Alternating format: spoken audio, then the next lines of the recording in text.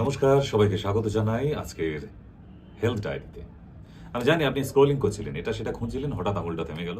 ছোট সময় নিয়ে এই জন্য এসেছি, আমরা যারা সংসারে বসবাস করছি, সন্তান সন্ততি নিয়ে, স্বামী স্ত্রী, বাবা মা যারা আছেন, তাদের মধ্যে একটা সমস্যা মাঝে মধ্যে দেখা দেয়, যেটাকে বলা হয় পাইলস।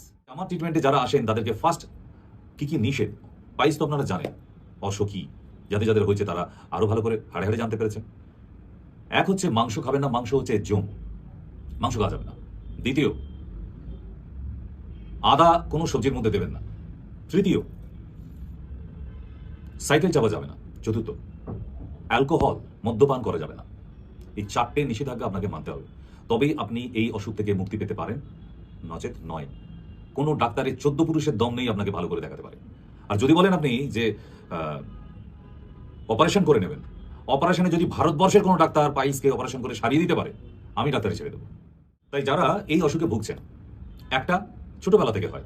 কেন হয়? যাদের কোষ্ঠকাঠিন্য থাকে, মারাত্মক পাথরের মতো শক্ত পটি হচ্ছে, সেটা ছোট্ট বাচ্চার হলেও তার অস হয়ে যাবে, বড়দের হলেও তাই হবে। যারা জল কম পান করেন তাদের ক্ষেত্রে এই অস হওয়ার সম্ভাবনা অনেক বেশি। কেন? হজম হয় না, স্টুল হার্ড হয়ে যায়। হার্ড হয়ে গেলেই পটি হবার সময় একদম ব্লাড নিয়ে বাইরে বেরোতে থাকে, কারণ ইন্টারনাল হেমরয়েডসগুলি, পলিপসগুলোর মধ্যে রক্ত ভরা থাকে। পারল্যাক্স, সিনল্যাক্স, এরকম ল্যাক্সেটিভ পাউডার অনেক আছে। বাদ দিন সোনা পাতার চূর্ণ হাফ চামচ 1 কাপ গরম জলে মিশিয়ে রাত্রিবেলা খেয়ে শুয়ে পড়ুন। আমাকে কোনো ল্যাক্সেটিভ পাউডার খেতে হবে না, দেখবেন সকালবেলা পটি একদম সফট স্মুথ, আপনার পাইলস হওয়ার কোনো চান্স নেই। ঠিক। দ্বিতীয়, ঝাল ঝাল খাবার একটু ত্যাগ করতে হবে, শুকনো লঙ্কা একদম চলবে না। খাওয়ার অভ্যাসটা যদি আমরা ঠিকঠাকভাবে রুটিনে আনতে পারি, তাহলে কিন্তু আমরা পাইলস থেকে মুক্তি পেতে পারি।